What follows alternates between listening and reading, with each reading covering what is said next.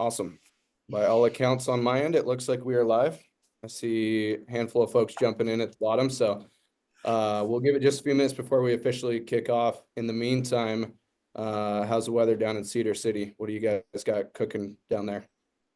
Well, it's cold, but we're drier than a popcorn fart. There ain't much of Not any much snow? moisture. No, but it's cold. Yeah. We got a little snow up here, so hopefully it keeps coming. Yeah, we were just talking about applications, obviously, and Wyoming is fast approaching. So I've got personally a handful of questions for you guys after this, maybe some that we'll address during this masterclass. But looks like we've got plenty of folks trickling in. I'll kind of kick things off and then hand it over to the good folks at Huntin. My name is Dylan Dowson. I work with Western big game marketing here at onX. I've been here for almost a decade, coming up on 9 years, and have had the good fortune of working with and becoming friends with some of the other guys that you're seeing on the screen here. So I will let them introduce themselves in a bit, but just want to go through a couple housekeeping items. This webinar is being recorded. We will post it after the fact, so you can consume this content after the fact. I know earlier today I was just telling these guys that I was watching a webinar that we did last year on Wyoming elk because I am in the midst of applying now. So this content will live on. You can share it after the fact. Your video and audio are turned off, so you don't have to worry about that. Toward the end of this class in particular, we're going to be doing a bunch of Q&A. So drop those questions in the actual Q&A section. Go ahead and use the chat function to let people know where you're tuning in from. Talk amongst yourself, help each other out. But if you want a question answered from myself or one of the folks at Huntin, make sure you're using that Q&A down there at the bottom, and we will get to as many of those as we can toward the end. So with that, do you guys want to introduce yourself? Robert, you want to start since we're on the cam together? No, so Robert Hanneman. I've worked for Huntin since 2012, and I live up here in Montana, right next to onX. So whenever we have these webinars, I can just kind of drop in and sit here in the onX office and check it out, and watch Garth and Austin live on a different side. So no, just been with Huntin for quite a few years, and love it, and love helping Huntin members and other people, and all the partnerships we have with onX and this kind of stuff, and everything that we do with them is pretty neat. So now I'm just excited to be here tonight and talk about super entry level stuff. I'm Garth Jensen. I've been with Huntin not quite as long as Robert, but close. I can't remember. It was probably around that time frame I come in here. But no, I get excited for these webinars. It's a lot of fun for me. Austin does a lot of the work, so I just get to come in here and talk. So it's right up my wheelhouse. I can BS with the best of them, but the entry level applications is something we probably long overdue. And a lot of the calls we take here at Huntin office is basically just getting into it, just getting started. Where do we go? So I'm excited for this one. And I'm Austin Atkinson. Work out of the Cedar City office here. Been at Huntin 9.5 years. And love helping people find new hunts, like taking my kids on hunts. Now they're getting old enough, and navigating the application game. I feel like I've got a good handle on it, but when you start it for your kids, it's almost relearning a lot of the processes based on their age and the hoops you got to jump through. So it's been good. Yeah. Cool. So I can kind of jump into this next one. If you guys are not aware, if you are an onX Hunt Elite member, you have a free digital membership to Huntin. Again, that is invaluable. I was on it for hours earlier today reading the entire e-magazine on Wyoming. Super, super valuable. If you're not utilizing that, I promise you that you are missing out. So if you're an elite membership, we'll drop a link down below to the Huntin landing page. And all you have to do is go in there and sign in with your onX Elite credentials, and then you have free access again to that digital membership. So part of that, again, the e-magazine, super valuable there as far as what does it cost? When do I need to apply? Can I apply, with a resident in you know, you name it. If you've got questions there, it will pretty much answer all of those and then some. Lots of other super valuable information there. Previous tag holder list. I know I've used that a few times in the past. Hunt giveaways, you name it again. So if you guys want to expand a little bit more on what they all get with that, go ahead. And then before I kick it over, this one is our first of the series for the master classes with Huntin' Fool. Again, we're talking applications for beginners. We do have one upcoming February 20th where we're going to dive deep into the Colorado draw changes. From my understanding, there are quite a few significant changes this year in Colorado. So we're going to kind of unpack those. And then as a reminder too, even if you're not sure if you can make it to that day and time, get signed up and then we will email you a copy of the webinar. So if you're tied up that night, you can't make it, still go ahead and get registered for that February 20th masterclass. And then we will make sure that you can consume that content after the fact. Perfect. So as we contemplated how we're going to jump into application basics, it makes you question, how did we get here, right? And those that remember hunting, say back in the 70s or 80s, it was substantially different than it is now in most Western states. But we kind of said, let's ask the question, what is a draw? We get that question every now and then. Why do I need a draw? If you're from the Midwest or the East Coast and you're used to hunting in your home state, you may not even be aware of what a draw is. You buy a hunting license and you're allowed so many animals and you go out and you hunt. You may get that hunting license at a gas station, Walmart, sporting goods store, what have you. But anytime that supply or demand exceeds supply, I should say, they just can't sell the tags over the counter, right? There was a time not long ago when you could buy any Arizona deer tag and hunt anywhere in the state you wanted, even up on the Arizona Strip or the Kaibab. Wasn't that long ago. But demand comes into effect, management changes, and now suddenly we have to allocate that. So no two states are the same. I think that's important to stress. If you understand one Western state, that doesn't mean you understand the rest of them. So as they say, let's create a lottery draw, if you will. We're going to allocate these tags, these rights to hunt, to those that put their name in. And back in the day, it was a literal piece of paper.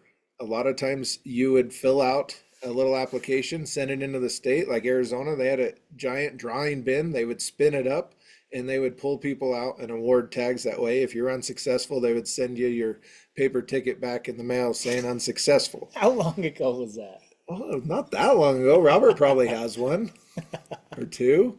Pink slips. There was a lot of states that have done that, you know. I mean, there was Montana used to you keep your card every year. And then when you'd apply, you'd send your last card in, and that was the point system prior to this point system. So guys had to, if you lost your card, you lost your point. Can you imagine that nowadays? It's changed a lot, right? What I want to stress here is the difference between license, tag, and permit. In some states, there may not be a difference. And if you compare what a license means in one state to what a license means in another state, it might mean something totally different. So those terms are not always interchangeable. Typically, what we will use in our verbiage here at Huntin' Fool is a license is something that you can buy, usually a prerequisite. It's non-refundable. It's your right to hunt or your hunting license. A tag may be a tag that physically goes on the animal. Once you kill that animal, maybe a piece of paper, a sticker, and a permit may be the same thing as a tag, or it may be an endorsement on your tag or your license. So we use those terms interchangeably, but just realize they may not be talking about the same thing depending on what state you're looking at. I put the screenshot here in the bottom of, this is Arizona's website. They have two options with two totally different systems. Buy a license on the left and apply for the draw on the right. Those are two different funnels and you must go through both of them. The first one is to buy a license and the second one is to apply for a permit. So separate items, but a lot of the same verbiage. Or tag. Or tag. Second question, what's an application? Yeah, and realistically, I mean, an application I would say is fairly universal when you're applying in a draw type. So basically, an application, you just have to create the account. You go into that state. You create an account with that state.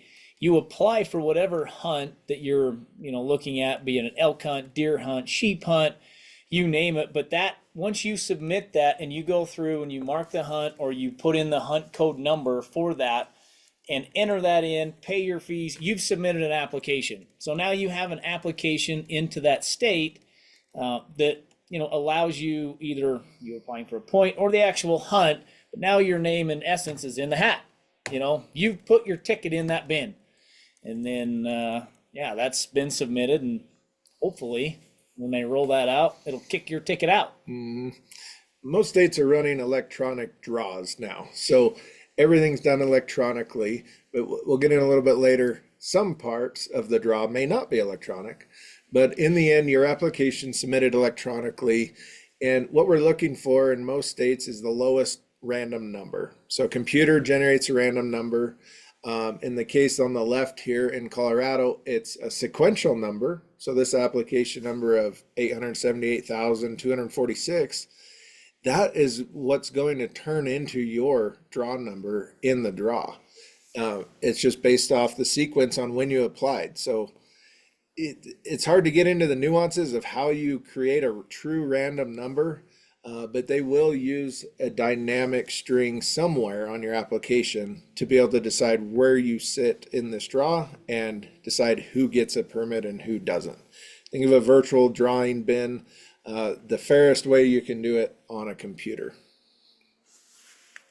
And that's a tough one to wrap your mind around there. You can take a statistics class, Yeah. math class. Paying for it, right? You got to pay for this application, pay to get in these draws. We always recommend use a credit card. Try to avoid a debit card where possible. Visa and MasterCard is what's accepted pretty much across all the states. If you get into the American Express world, you'll find that most states won't accept that for online payment. When you're using a credit card, there's two types of fees. And when you're paying up front, your non-refundable cost is what you have to pay to check out of the cart with your application, any license that was required, all processing fees. Those are your non-refundables. You put it on the card. In those states, which is a majority of them, you don't have to pay for the actual permit unless you are successful in the drawing. That makes it nice. It's cheap to apply up front. If you're lucky, then they charge the card that's on file, or you have to go in and buy your tag later using a credit card. It means you're going on a hunt. There's a couple of states where we still have to pay up front. Yeah, what the thing that it used to be kind of a barrier of entry when you had to pay that with a check and it was actual money that was coming out of your account. Now, obviously, with the credit card fees, like we have Idaho, New Mexico, and Wyoming, you have to front those entire tag fees. But, like Wyoming is going to hold on to that, so it's going to sting a little bit because you're going to have to pay your processing fees you have to pay your processing fee on top of that, but you're going to have to pay those interest rates if you don't go ahead and pay that off, and they're going to hold on to it for about 4 months, especially for elk. New Mexico, they got a pretty quick turnaround, and typically maybe you might have one month's interest fee to pay on that before you get it refunded back on your card, so it's not too bad. But now that you can put it on a card, that big barrier of entry that used to be like, well, we're gonna put a heavy weight on that, so there's not going to be as many applicants. That's not a thing anymore. There's a lot of applicants that jump in for that, but yeah, it can sting you a little bit depending on what state. When you're talking about paying for stuff too, one thing that I always recommend, and I know you guys do as well, is set aside a credit card just for your applications. So don't use the same credit card you use for everyday life. Like set one aside just for applications. That way it's easier to track everything. And, like some of these states, if they go to hit your credit card, if you did get drawn and the funds aren't there, then they could move on to the next person. So like, it's just easier to set aside a credit card, for applications, and then that's all you use that for. It's kind of easier to track and keep track of, hey, where am I paying money? Is it coming back? Is it not? I just think it's simpler if you're gonna go that way, just set aside a card for it. On the flip side, not flip side, but one thing you can use as a benefit is if you get an awesome credit card that gets good points somewhere, you might get air miles, flight miles, something like that. This is an easy way to build those up because you know that most of that money is going to be coming back to you. So you're just spending it and then getting it back, and you're building up miles, your points, your rewards, whatever. If you got the American Express black card like Garth, it's made out of billet aluminum, right? Then Well, you just told me American Express won't fly in most of these it might states, work if it's so that black I'm card. screwed. But keep in mind, it's going to be expensive when you apply in these states. And so not all of them are worth your money or your time. And we'll talk about how to decide which. Okay, so we talked about what is a draw, what's the application, how to pay for it. Now we're going to start dividing the types of draws by which state you're in, because they are not all the same. The first one, I call these types of drawing. So we're going to go through 4 different types. This first slide I call maybe today, maybe never.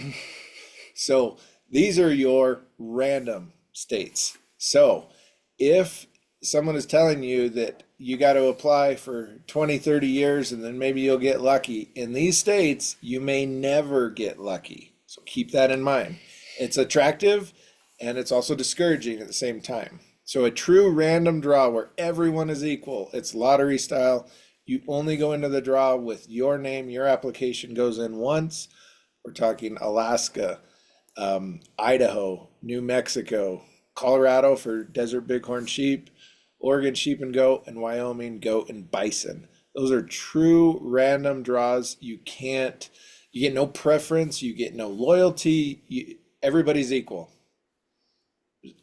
It's about all there is to it. It's a simple way to go, right? Yeah, I mean, for me, that's where I use these random draws in my own personal applications. As far as these states, is depends on where I'm at in my draw. If I feel like there's some other states that I know I'm going to draw a tag in, I'll usually be a little bit more restrictive with the amount of these states I'll put in for. Or maybe I go for the best hunts in New Mexico for elk because I already have some hunts lined up. Or maybe I just skip it all together. It's totally random. I'm not going to miss out on a point in a year. It doesn't matter if I skip that year. But I kind of use those to my advantage where if I don't have a lot of hunts, I might put in for some easy to draw tags and try and go. Yeah. I try to just explain to people the random draw is like a raffle. Someone offers you a raffle ticket to buy a half a beef or something for 4-H, or you're buying a raffle ticket for anything. It's just once that raffle's over, it's done. There's nothing tied to you. I mean, if there's no points, there's nothing you're building towards. So like Gar said, like years when I'm busy, I might skip some of those states, or years where I don't have the points to maybe force a draw somewhere else. I might get super aggressive in those states, but it's just like a raffle. And once the drawing's done, it's everybody's back to square one. And, there's just nothing loyalty built into those. And honestly, I think sometimes they're the most fair systems, especially when we start talking about these bonus point draws. Some of these bonus point draws are 30 plus years old. So I love the random draws. I mean, I wish all states were random personally. Yeah, I want to go back to having some half a side of beef for raffles down here in Cedar again. Gosh dang, I miss those days. no kidding. One other thing with those random draws, I think like you guys hit the nail on the head. Initially, if you're not vested, say you have 0 points and you're not going to catch, max points and you name it, those to me, New Mexico is super appealing to me because I started applying for points 8-10 years ago, which is still 8-10 years of points, but in the grand scheme of things, there's a lot that I'm not going to catch if I'm trying to hit the high echelon of hunts. And so like New Mexico, I go into it, like you guys just said, with equal odds as you, if you've applied in New Mexico 30 years in a row, and this is my first year. And then just like everything else, with the random draws or the bonus or preference point, there's easier units to apply for and there's harder units to apply for. That's where you got to dig into the draws and everything else. But I mean, have you guys found some success in New Mexico, for example, consistently drawing tags in New Mexico, or are some of the easier ones still really difficult? No, there's tags where there's a muzzleloader coos deer tag that, has a 40 to 60% chance drawing every year. Especially now they pulled scopes off. So there's archery coos deer, there's hunts down there that have 50+% odds. Those aren't the best hunts, the hunts you got to work the hardest, but like, yeah, if you're trying to build a strategy like that, I mean, Garth drew a coos deer hunt last year, and I'm sure it wasn't a 1% draw. I mean, I don't know what unit he drew. He never tells anybody, but I'm just guessing. It was very high percentage. I think now I applied, that's the difference is then you get into some of these other nuances like the types of draws, and I applied in the outfitter draw in New Mexico, and it was around 100% draw odds for that coos deer hunt. So it's almost guaranteed. Yeah, so there is awesome things in these random draws where you can draw tags on a regular basis. Because again, 90% of the people are only applying for the best. That's all they want is Yeah. the best. And that's, just looking at the comments too, I see a lot of folks from Tennessee, Florida, Pennsylvania, Maine. There's a lot of folks that maybe have never came out, and it is obtainable. I listened to a podcast of your guys's earlier today, and a lot of the times the conversations I have with folks is, yeah, it's too hard. Like, I don't want to start today to hunt 15 years from now. Like, there are opportunities. You might have to work a little harder or not have as high of success rate. But if you want to go to New Mexico and hunt coos deer, there are opportunities that are short term, which is relieving to hear. Yeah. When you look at that picture on the left, I know it's kind of hard to see, but this is a screenshot from what they call the Oregon Seed Draw event. So what they do is they take your application number when you submit your application in Oregon, which we mentioned is random, and they'll assign you that 7-digit application number. Then one of the gentlemen from Fish and Wildlife will spin up this little spinner that's got balls inside that are numbered, and they will pull them out. Random people will pull them out after he spins, and they will write in the seed number. The seed number means the ideal number. And so as they write in on this poster board with a permanent marker, you see that is a public live drawing that says this is the number for the application. It's as random as we can make it. We spun it up, and then they start awarding those permits based on who was closest to that seed number in that draw. There's a few more nuances there, but that's the basics of how they decide who gets a permit in Oregon. So pretty manual effort to try to make it as random as possible, but it is based off your application number. Does that seem archaic to you, Garth? No, but my God, all of that just to make sure that you have a random draw, like, good night. But I mean, honestly, if we go back in the 50s and 60s, we all know there was some shady stuff that happened with the FWP, these Fish and Wildlife and their drawings, and like certain people are getting tagged. So I'm glad that they did establish even, crazy stuff like this to make it more legit. Cause, way back in the day, there was some shady stuff that went on in every Western state. I mean, that's just how it was. So I'm glad that they did make them more legit and, make it honest. Yeah, no, I agree. I mean, the lengths they went to in some of these states to make sure that it is like you can dive into the whole weighted point system and nonsense like that. But yeah, they did that just basically so they could assure that it's as random as it can get. Yeah. Okay, some of you may be saying, how did you include bonus point draw on this? Maybe never. I thought if I get bonus points, I'm going to get a tag someday. That's not true in a state that uses bonus points as truly just a bonus at entry. So a true bonus point state, like the ones I have listed here, they are a random draw, but they will give you extra chances to try to get that lowest number for each point you have. So if you go in your first year with 0 points, your application, you get one chance with that application to get a random number, and hopefully it's a low number. If you have one bonus point, then that year you go in with one application, you get a chance there, and one extra for every bonus point. So it's just how many times that computer will run the random generator, try to generate the lowest. Your application will keep the lowest number and continue through the draw to see if you get a permit. What that means though is as you gain more bonus points, you are getting extra chances, but you are never guaranteed because it's still random. So somebody could sneak in with 0 points, get a really low application number, and beat out the guy that has 30 years worth of bonus points. And there's nothing you can do to stop that. And that's the Montana limited draws, Colorado for sheep, moose, and goat, Nevada, all species, and Washington.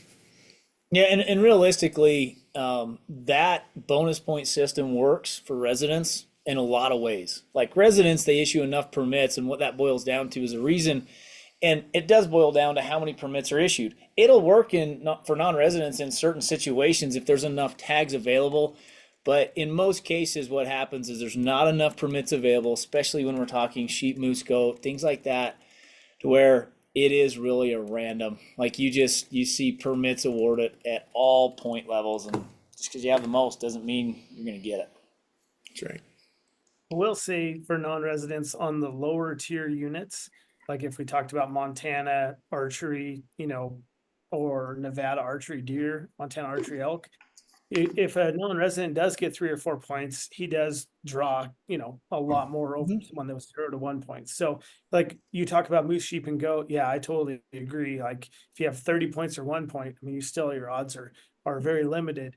But when you get to those easier to draw species, like your Montana archery elk in the breaks or Nevada archery deer, your points really do help. And you'll see that like in onX's draw odds and stuff like that. So it's not all terrible. I mean, on the lower end, more tags or like you said, less people applying for those. I think the points really do add up quickly.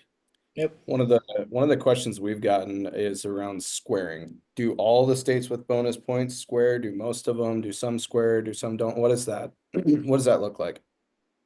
So not every state squares. So Nevada did their squaring system. Montana adopted it.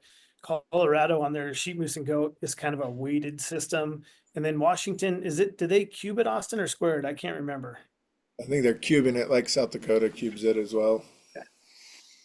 So essentially what that is, and I know this is basics we're going over, but when you square Montana, for example, if you've got 5, you actually have 25, correct? Plus your one application for that year. So you go in with 26. Okay. Essentially, you get assigned 26 numbers.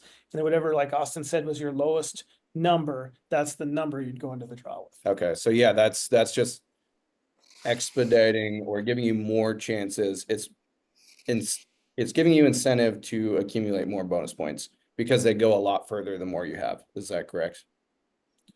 Sometimes. It depends on the state and I mean, Yeah. it's hard to It say. changes the curve from linear to exponential. It just depends on the demand, right? Like it only works in some scenarios, and that's why some states have gone to cubing. Let's curve that even more. But if there's so few permits and everybody's cubed, you're kind of riding with the masses, and it's not ever going to guarantee something because someone can always come in lucky right out of the gate. It's an effort to weight those with loyalty a little bit higher, give them more chances. But like Robert said, it all depends on how many permits there are, if the bonus points are really going to mean a tag someday or not. Yeah. Like I'll talk about Nevada desert sheep for me personally. I'm a non-resident in Nevada. I have 26 desert sheep points. You can run my odds through the algorithm with 26 points squared, and you can go back 26 years and you can give me one chance. And I had better odds drawing 26 years ago because there were so many less people applying. And like Gar said, back then I had to write a check and I had to mail it in an envelope with a stamp and everything else. So it's like those points, have they helped me? I mean, as a non-resident, not really. I'm still about 1% odds. But if I was ever to move back to Nevada, those 26 points, Car's a perfect example, there'd be units I'd have 30% chance of drawing the sheep tag. Because like Gar said, there's so many more tags these systems work. When there's such a few limited tags like desert, I'm still at 1%. So what Robert is saying is he's going to become a Nevada resident for a couple of years. I was a Nevada resident for 20 years. I might move back there someday. Not for the sole purpose of obtaining permits, though. Let's just be clear. No. That's only illegal in Utah. Right? Okay, so maybe today, maybe never. Now we're going to jump over to some that may be a little more complicated, but I call these the drawings that are light at the end of the tunnel. Now, this tunnel may be so long that you can't even get to the end because you're too old, but there is light at the end of the tunnel. These drawings use some of the same terminology, but they are different. First, we'll start with preference point draw.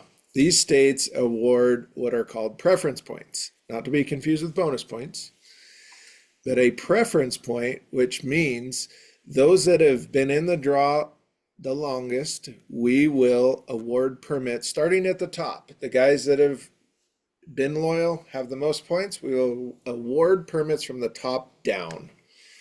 People apply with 10 points, and that's the highest, we'll award there and we'll go down. It doesn't mean maximum points. It means the top points necessary based on everybody that applied for that specific hunt. So all these draws happen in most states, hunt code specific, not species as a whole. So as we look down, Colorado elk deer antelope, Iowa deer, Oregon elk deer antelope, what they will do is do a mini draw, if you will. They still have an application number. So everybody that has the same points, if there's not enough permits for all those people that had the points necessary, they will do a mini draw, and you still may not draw at that point level, but they won't go down a level to 1 point less and award any permits.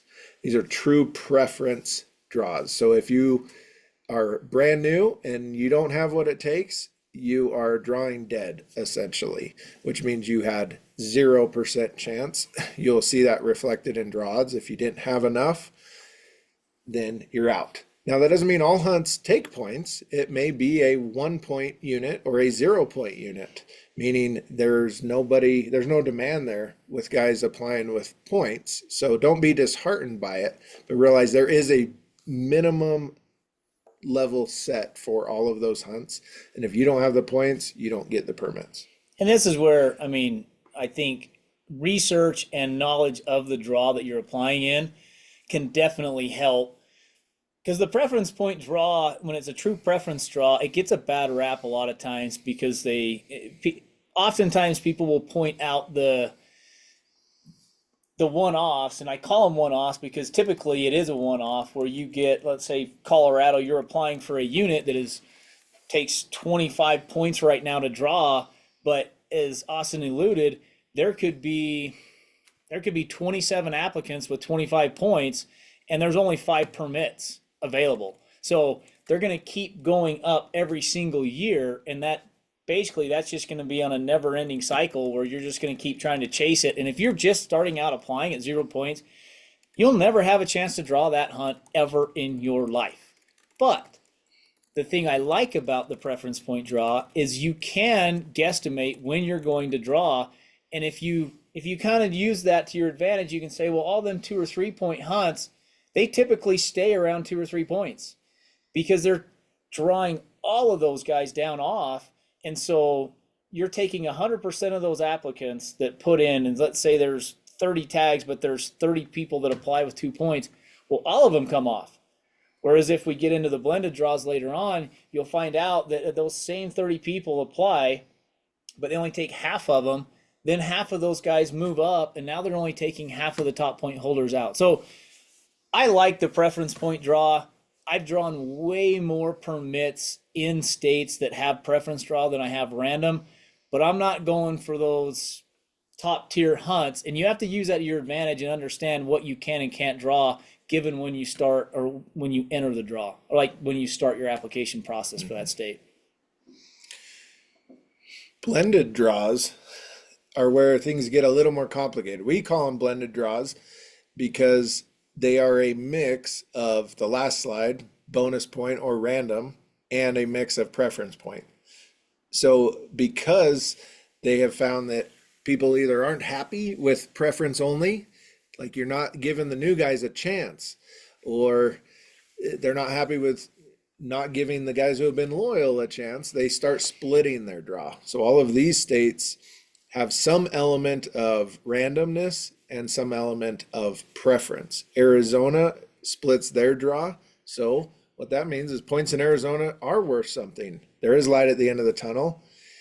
if you wait long enough for the hunt you're applying for. But you do have a shot every single year leading up to that because some permits are reserved for a random portion. Same with California. Colorado, this will be changed for non-residents in years coming, but currently it only works for residents where they have a random portion of their draw for elk, deer, and antelope. Montana general licenses, 75% preference, but then they take it a step further and they save 25% of the licenses to go randomly to those who have 0 points, just the guys that have 0. Little different. Utah is a 50-50 split. 50% of those, at least 50, will go preference, 50% random. So you got a shot. And Wyoming is a 75-25.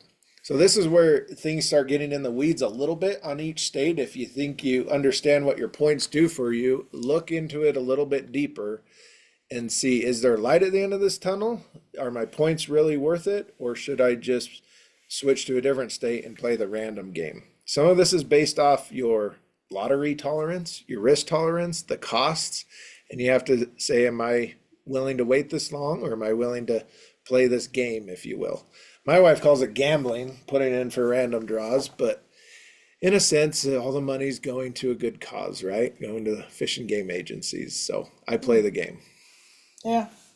On these blended draws too, I think a lot of these are the result of, people not drawing. Like Arizona started a bonus point system. And if you didn't get on the ground floor, you were never going to get a strip tag. And Arizona's like, hey, we want to keep people interested. We want to keep them applying. We want to keep their money. So we're going to change it. And I think Colorado's doing the same thing. And you look at all these other states, that's why Montana adopted the system they have now. And hopefully Wyoming follows suit with some of their moose, sheep, and goat. But I think a lot of the blended draws are a result of, guys just like, this isn't worth it to me. I'm never going to draw. They've got to give them some carrot to keep them in the draw. And I think the blended draw is kind of a carrot that a lot of these states will hold out there. That's what's tough is you're exactly right. Like that's all they did it for was basically carrots just to get people in. But it's no different than, say, our society as whole. Like we make laws based off of 5% of the population realistically, because the other 95% has a head on their shoulders and can actually like figure out right from wrong. Whereas if you're applying for Unit 44 deer in Colorado for a third season tag and you just started last year, you do that much research and you're going to be like, oh yeah, I am never getting that tag ever in my lifetime. There is no reason I should waste my time doing that. I'm just going to hunt over here. But because, like Robert said, there was a portion of society that said, why can't I have a chance at hunting 44 third season? By hell, I should. Well, now you're going to get your wish in 2028. That's right. One of the other things I wanted to point out too, and I've heard it several times, is when you talk about preference points, let's just use Colorado deer, is like, well, yeah, I have a chance, or there are some 0, 1, 2, 3, 4 point units, hunt opportunities, but I'm not interested in going and shooting a forky. That's just not true. Like if anybody hasn't applied, I grew up in Montana. I've been hunting mule deer in Montana every year since I've been 12 years old. Where? In Montana. And I went to Colorado with Garth and a group of guys, and that was a 1-2 point unit, somewhere in there, and shot my best buck ever. And so there are, yeah, well, I he's wasn't pretty even good. there. He can find them. But my point with that is like there are really good hunt opportunities at some of those lower points. And I've had some conversations with folks and they're like, well, yeah, I don't want to go shoot a really small young deer on one of those 0, 1 point units hunts. And if you hit the year right and everything, that's one of the biggest things I've personally learned from you guys. Instead of building up a bunch of points and then figuring out what to do with them when you hit 10, 12 points, find the 0, 1, 2 point unit hunts, and you're going to have a pretty cool opportunity. The downside of these changes that's going to happen is that 1-2 point unit hunt that you went on now, when they decide to split that and go 50-50, now that's probably going to end up being 4 or 5 points, because you're not going to be drawing those max point holders off every single year. Now you're only drawing half of them. So you're going to have that carryover of those high point applicants into the following year. So point creep is going to become a reality for a lot of these hunts that didn't have point creep under a true preference point system. Okay, so what are we going to do about points? Points gets brought up a lot. Points and point creep. You may have heard the term point creep. What does that mean? I know there was a question just came in that said, if a unit takes 5 points and I have 10 points, do you only take some of my points? No, all your points are lost, reset to 0 or reset to the baseline once you draw a permit. Points are something that they're feel goods, right? They make us feel good because you've earned something. You've earned some sort of loyalty or preference for going forward, an extra chance, if you will. But don't get too attached to them. A point, yes, it may mean an opportunity or a future opportunity that you can go on, but it doesn't always mean that you're going to be on a better hunt or that you're going to be above some other opportunity. To what Dylan was just saying, some people get so hung up on wasting their points. You know, my points are worth more. I'm entitled to a trophy because I have more points. No, you're entitled to an opportunity. And so don't just come into the draw like we say there at the bottom. If it's a hybrid or a blended draw state, don't do points only. Don't just say, oh, I bought another point this year. Unless you really can't go, I would rather see you in the random draw. Utah's a perfect example. If you're building points in Utah, building up 10 points and not applying in the random, when you wait till you get to that 10-point year and you apply that year, you get 10 extra chances. Whoop-de-doo. You still may not draw. All you did was sit out for 10 years, put all your eggs in that 1-year basket, and if you still come up empty, you come up empty. Why didn't you apply in the random draw 10 different years building up to that? Hope that makes sense to you, but we want to see you in the draw, putting your name in the hat. Most of these states, it costs the same to build a point as it does to apply, so you might as well be in the draw. Yeah, I know. I get caught with this all the time, and I love Robert's attitude on Nevada because I mean Nevada has a system where if you get like a leftover tag through their system, they take all your points. Well, Robert utilizes that, and he doesn't waste his point. Like he goes in there. He's like, I don't care if I got 3 points. I'm going to go on this hunt. Like it's a good hunt. I'm going to take the tag. I'm sitting on 21 points, and for me, I'm like, I don't want to waste my points, so I never draw a tag. So I'm a prime example of what not to do. No, and like I do I love to make fun of Garth because I've had 7 deer tags in Nevada in 7 years, and he's not had one in 21 years. But on the same token, I have 26 points in Oregon. There's nothing I want. There's a lot of great hunts that have 1 to 3 points that I'd love to do. And I used to hunt the archery before it went to a draw. And like these 26 points, I'm so frustrated. And there's nothing in the horizon. I mean, Oregon's never going to be like, oh, we're going to put a late November deer hunt somewhere in the desert. They'll never do that. So I'm just like, do I just blow them on a 10-point unit and leave these on there, or take one of my kids and go on a hunt?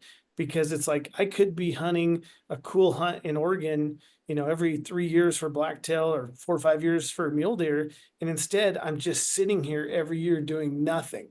And it's just driving me nuts. It's like, sometimes you can get too many points, then you don't know what to do with it. And I'm all about burning points, but for whatever reason, I can't get rid of these Oregon deer points. They're killing me. In an effort to keep this as high level as we can, I want to remind those listening tonight that we could do a webinar on almost every one of these topics. And this one, for example, we did a whole webinar on point paralysis last year. You can go back and watch just about point creep and using your points. So there's much more research you can do on every one of these.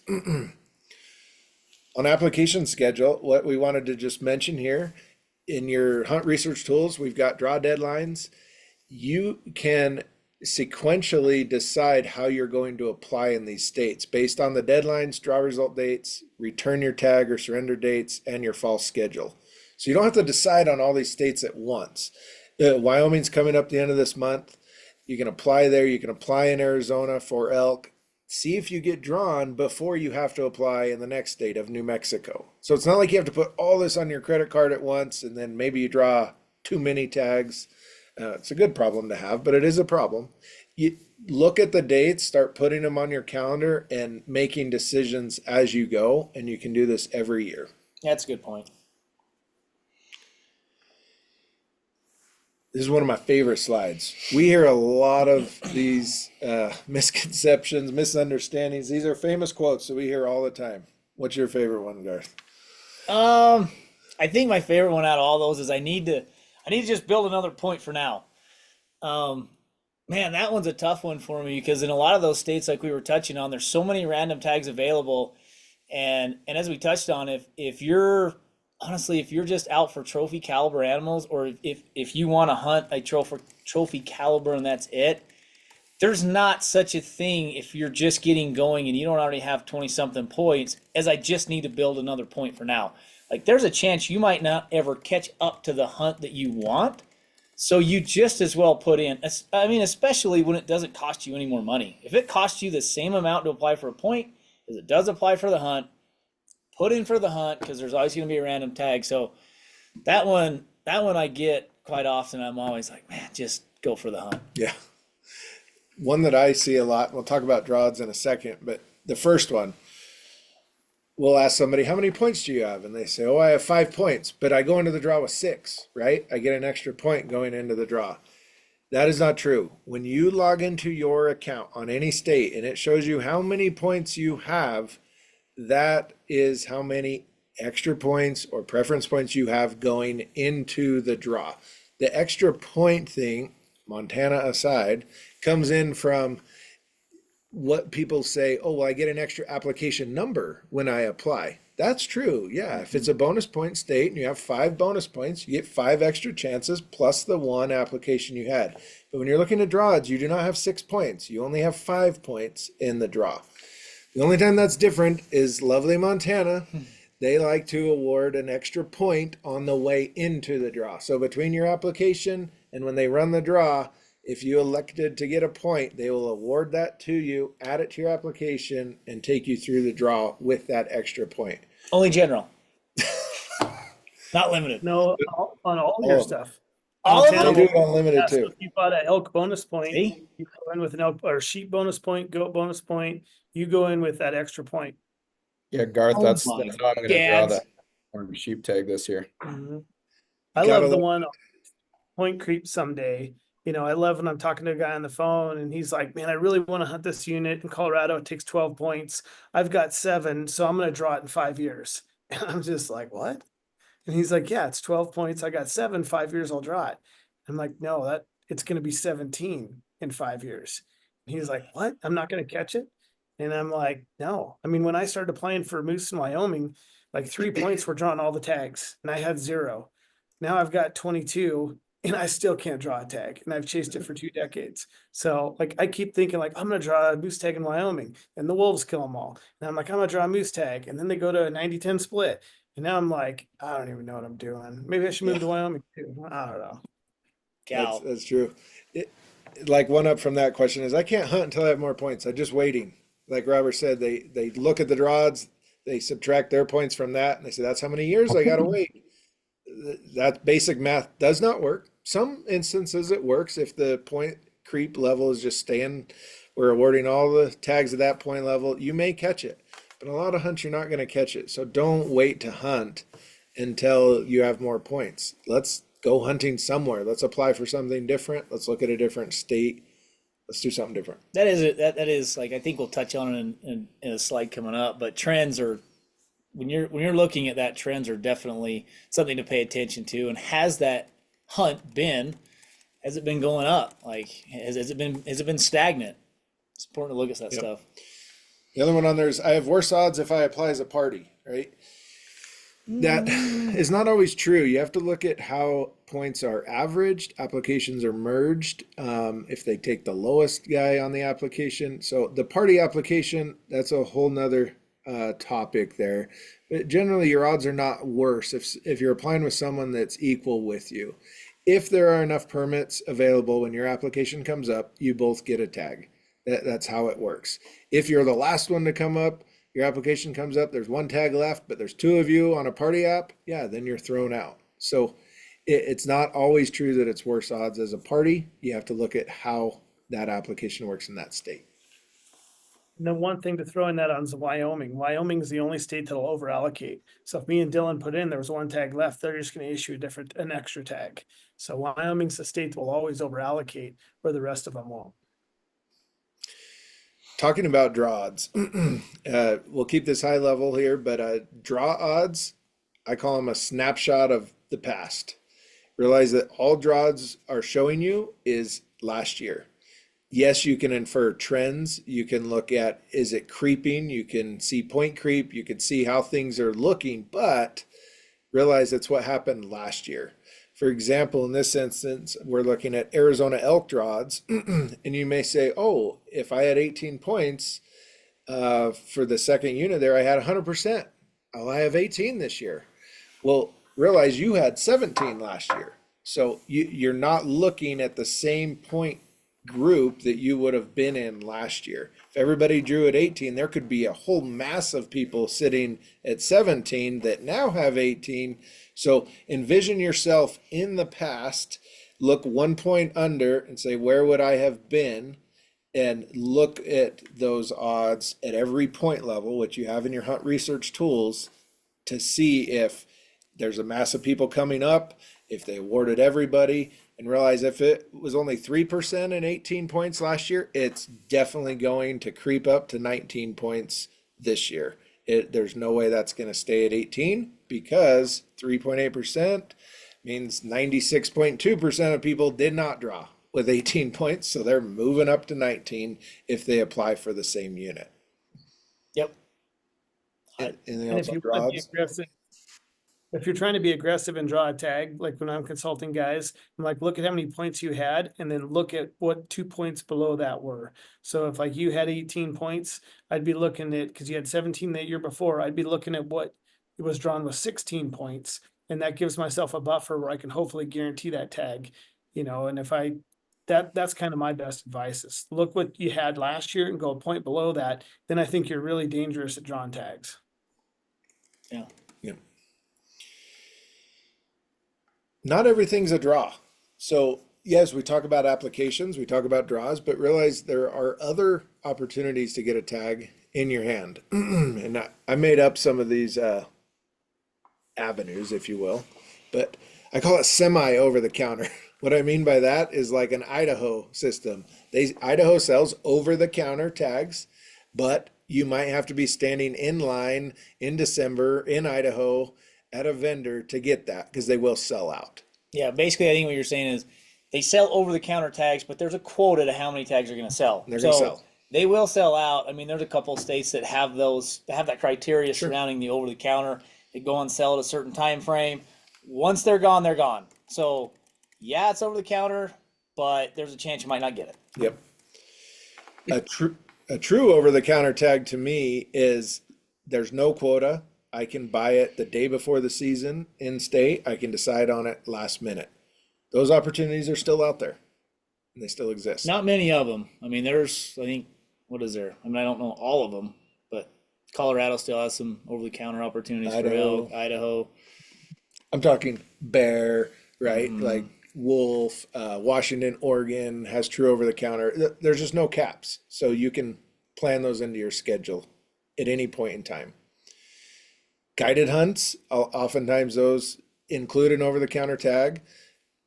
Keep that in mind. Landowner vouchers, which allow you to bypass the draw. You buy a voucher from a landowner, which entitles you to trade that in for a tag from the state. No draw required. Or some animals, still no tag required. For example, Texas, you can go hunt aoudad with just a small game license. There's some things out there that are no tag required, so no reason not to hunt, I guess is the point here. Yep. What do I do next? Applications. We've talked through all these states.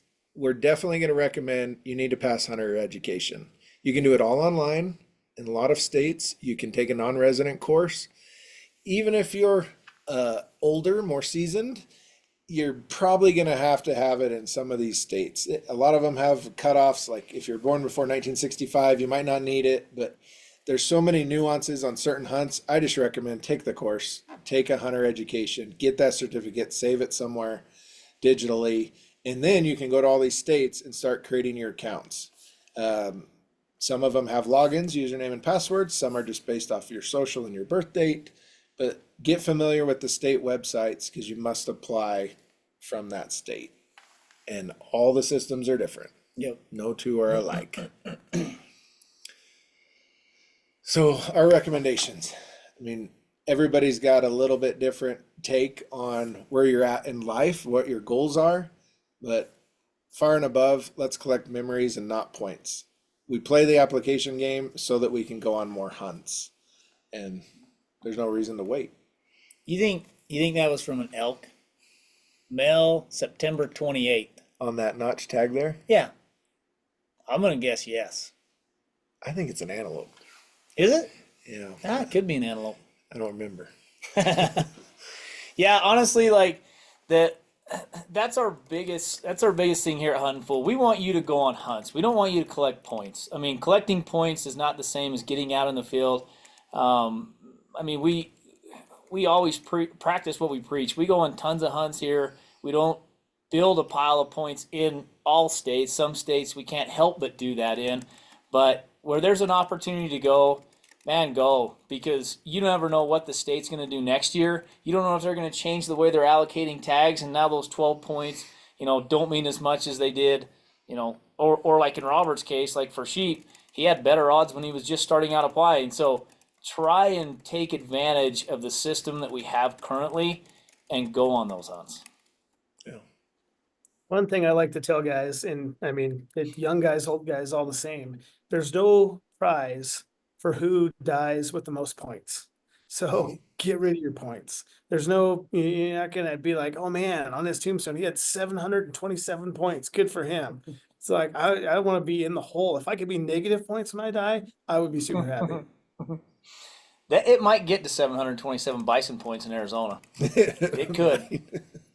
You can't pass your points down, right? Like Nope. you can't pass them to your kids. Some states, if you draw a tag, you can sign it over to your kid or mentor it to them, but you're not giving them your points. Nope. So you might as well go.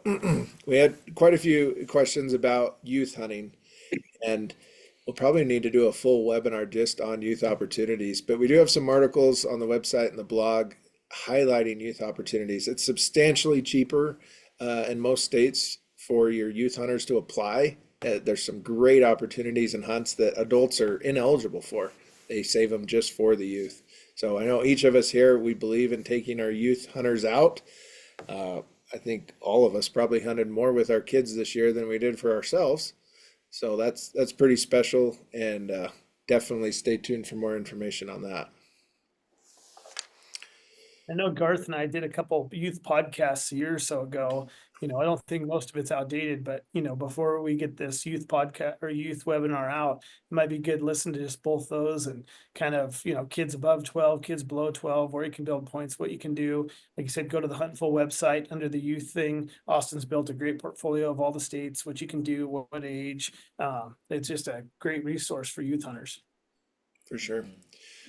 Well, we got some questions we're going to get to, but just a reminder, some guys have asked about the Colorado draw changes. We are going to do a webinar just on that in February. Keep in mind, a lot of these draw changes are going to have a transition period of the next 3 seasons, so 2025 through 2027, and the changes will be implemented for 2028. It still is a change you need to be aware of now because it's going to change the game for the next couple of years as people try to use their points and exit their strategies. But we'll cover all of that coming up soon on that. There was a question about have a free digital membership through their onX Elite.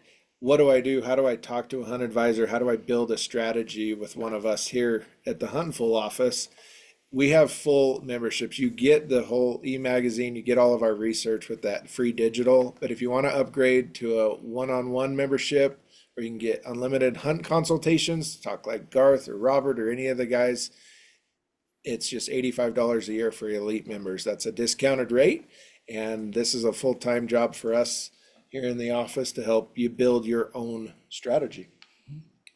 I would recommend that a ton. I mean, I am very fortunate and I personally know these guys. So I know Robert probably gets sick of me during application season because I'm calling him about twice a week. So essentially, I have access to these guys and answering some questions, and I would could not recommend that enough. If you do have 10 points, you've already invested a lot of time, 10 years, you've invested a lot of money, and to know where you can actually go use those points is worth that fee every single year to me. So that one's a absolute no-brainer as somebody who, doesn't work on the Hunting Full side, but just with those guys, just try that out for a year, and if you don't like it, go back down, but I'm guessing you'd stay at it. For sure. Well, we're gonna get to some of your questions, but Dylan, you want to talk about a giveaway? Yeah, so these guys have been super awesome to all of our members and everybody who is on these webinars. We're gonna be giving away, let's see, how many is it, Austin? Let's see 5. here. 5 of them. Awesome. 5 free consultations with the Hunting Full folks. Again, that's kind of what we just talked about there. Super valuable. Call them up, figure out what your strategy is. I have 0 points. Here's my short, medium, long-term goal. I've got 5 points in this state. Here's the hunt I want to do, to kind of get a taste of what that next membership offer entails. So check the link. We will drop the link in the chat, and then we will be selecting 5 folks and let you know if you are one of the lucky folks who gets a free consultation. Sweet. You got that link in there? Oh yeah, there it is. Sounds good. Okay, let's take a couple questions here. I've got some marked. Did you have some on your end, Dylan? You wanted to Yeah, hit I'll pull first? some up. Austin, if you have one, go for it. I'll pull some Yeah. up kind of in the background here. We had a question about the Wyoming general tags. What is a general tag? I'm going to assume elk there. The Wyoming Game and Fish website seems intentionally confusing. Yeah, welcome to the game. It is very confusing. These state agencies do not help you, and that's why No. between Huntinful and onX, we are trying to provide you the Cliff Notes versions, the guide to how to do it on our blogs, on our website, so that you don't have to jump through the hoops, or worst case, call the Fish and Game in that state and have someone on the phone try to Well, explain it to that's the you. worst case. That may be the worst case. So, what's a Wyoming general tag? A general tag well, it means 2 different things. A general for non-resident just gives you the opportunity to hunt any of the areas that are enrolled in that general elk hunting. I mean, they divided that up last year in 3 regions. It used to be statewide. Now there's I believe it's the south, east, and west regions. But basically, yeah, I mean, a general tag means you can buy it over the counter if you're a resident. You go down and buy one at Maverick and hunt. Yeah. Can you still hunt anywhere you want statewide for residents? Yeah, they can still hunt anywhere they want. So, yeah. Is that And if you get that general tag, it's got set dates. You can buy the archery stamp, then you can hunt the archery season. So essentially, it's kind of like general tag in Wyoming is the same as general tag in Montana. Residents can just go, like Gar said, buy it over the counter. Non-residents have to draw it. There's a certain amount of tags allocated, and they split those into all those. And then, going through that draw process, you can look at the draws to see what your odds are of drawing that tag.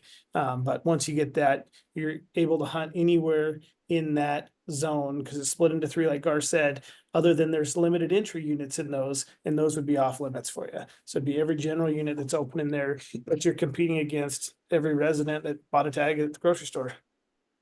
no. Another question. Let's see. Best 3 states to start applying for.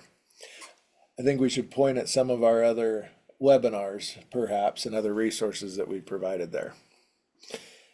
One that comes to mind for me is best bang for your buck is what we call a webinar we did last year, still very relevant, where we prioritize the top 5 states of best bang for your buck, what makes the most sense to apply for, mainly focused around elk, deer, and antelope. But I would turn to that resource and then decide. Sadly, it's expensive to hunt, and most of us can't hunt everything and apply in every state. So we got to prioritize the species we want, our budget, our time frame, and start going from the top down. Well, at least in that webinar, we dove into like what is your priorities in those animals? Because it's going to change which state you want to dive into depending on what you're wanting to hunt and how big animals and things like that. Yep.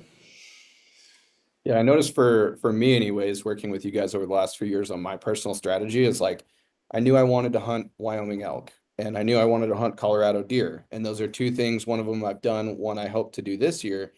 But it's like while I'm applying to Colorado, I might as well build a point for elk and antelope. And while I'm applying to Wyoming, I might as well build a point for deer and antelope. And so you kind of get into this. I've gotten into this where it's like, here's my goals.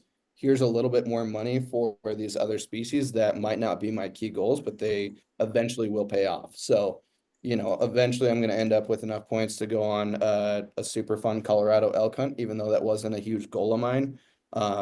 It happened by byproduct, and then I can come back to Wyoming and do a deer hunt and just kind of alternate back and forth to when I have I have time to go and I've got some money to pay for some of those tags. So it's another thing that I personally noticed working with you guys is like, here's the goal. What else makes sense in that state while I'm applying or building those points? And when you get enough points, Dylan, then me and Garth are going to tell you what to do and ride your points and go hunt. Share some points. Hey, I'm all for it. Robert, real quick, explain that term, ride your points. Ride your points. Okay, so Dylan has built up 10 antelope points for Wyoming. So he's got 10 antelope points. Let's say I have 0. So like how we talked about a party application, Wyoming will average your points and they'll go down to the decimal. So with just the two of us, we'd go in at 5 points each. So we'd go in as a party at 5 points. So in that 75% of the tags that go to the max point holders, if that 5 points falls in there, we'd be guaranteed a tag. So then when it goes to the random side, your points don't matter. Everybody just gets one chance. So there's certain states that allow you to apply as a party, like Wyoming, Nevada, where our points are going to be averaged or rounded to the decimal. And there's other states like Colorado, where if I had 0 and he had 10, we'd both go in with 0.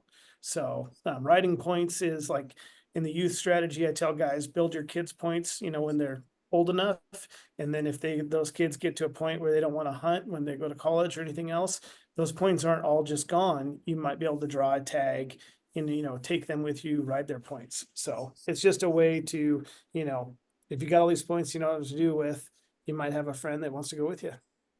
It's like when I used to run around with all the big guys in high school.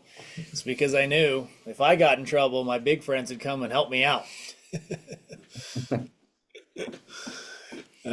I got another question on here. Montana general deer tag. How does that work? If I bought a general preference point, how do I decide what do I apply for? Where would you point that question, Robert? Yeah. So if someone has one, did they say bonus point or preference point? You said general point. Okay, so general point. So that means they have one preference point for deer. They could buy another $100 point before they apply in April. They'd have 2. That would be guaranteed. Last year, I think it was anything over 1 point something was guaranteed, and even 1 was a percentage being drawn. So that person, if they really wanted to hunt Montana this year, they would spend another $100 before they submit their application. They're going to go in with 2 preference points, and they'd be guaranteed to draw the tag in that 75% that is set aside. And then they have a general deer tag. So they could hunt anywhere in the state that's general. And honestly, about 85% of the state is general. So they would just need to decide, do I want to hunt whitetail? Do I want to hunt mule deer? Do I want mountains? Do I want to wrestle grizzlies? They got to figure that stuff out. And then we could point them into the unit or the area that they wanted to hunt. But most people like to go to Eastern Montana, because they like to see a lot of deer and they like to not see grizzlies and they like to glass and road hunt. So that's where most people end up. All those sound good to me. Yeah. Did you have any other questions on your end, Dylan? I think I got one more here. Can you list the states that require the applicant to buy a hunting license prior to being able to apply for hunts as a non-resident? Does that make sense? So I think they're looking for some states or a list that requires you to purchase the hunting license before applying. Sure. The shorter ones probably which ones don't. Yeah. Yeah. That's a little complicated because I think what they're trying to get at is overall cost, right? If you're trying to get at how much is this going to cost me? Well, even if there's not a license required, there may be such a high processing fee that it's going to feel like there's an extra license fee associated with it. Like in Wyoming, you don't pay for a separate hunting license. It's non-refundable, but with the processing fee and the application fee, it's going to feel like you did, right? And so it's a little bit of a loaded question. We have a cost calculator on our website where you can kind of click those states and compare how much it costs, taking into account that non-refundable license. It's not a cut and dry down the list, but Yeah, and I would say too, with the digital membership, which again, all elite members have, flip through those e-magazines, and I have yet to find anywhere that breaks down the cost more effectively and quickly than what you guys do in the e-magazine or just the magazine. Just find the state, Wyoming, Colorado, whatever it is, find the state. There's a table there that walks you through if you're a non-resident, here's the regular price, here's a special price, here's the non-refundable fee, here's X, Y, and Z. And so that has been a huge, huge resource to folks for what is this going to cost me upfront. No, the one state that's a little bit different is Nevada. You buy your license up front, but there's a box you can check to say, hey, if I didn't draw, I'd like to get that money back, and they'll give it back to you, but you don't accumulate any points. Like I've had a call from a guy that was trying to draw an archery deer hunt, and he's like, I'm 10 years in, I haven't drawn, I should have drawn by now. And I'm like, well, you've never accumulated a point because you're not buying that license. So buying that license is how you earn those points. So just be careful. It looks cool, like, man, check this box. If I don't draw, I get this money back. But the fine print is you're not getting any points. Yeah, and the funny thing is then you look at other states like Wyoming. You don't have to do anything to buy those points. You have to buy a license. Colorado, you still have to buy a license to buy the points. But Montana, you don't have to buy a license to buy points. I mean, you just go in there after the fact and do it. Yeah. As far as questions on our end, that pretty much covers it unless you have any last minute ones, Austin. While you're looking, I'll just say a big thank you to everybody for sticking on. This one is a much needed webinar education to get the basics. As Austin said early on, or we talked about prior, we could rabbit hole into, hours and hours of discussion on any one of these topics. Each one could definitely be its own masterclass. Check out some of the resources that we have done in the past.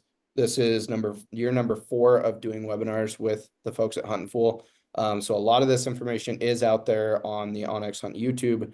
And then also keep an eye out for upcoming masterclasses. Again, we talked about Colorado one is upcoming. Get signed up for that if you have any interest or potential interest to hunt Colorado.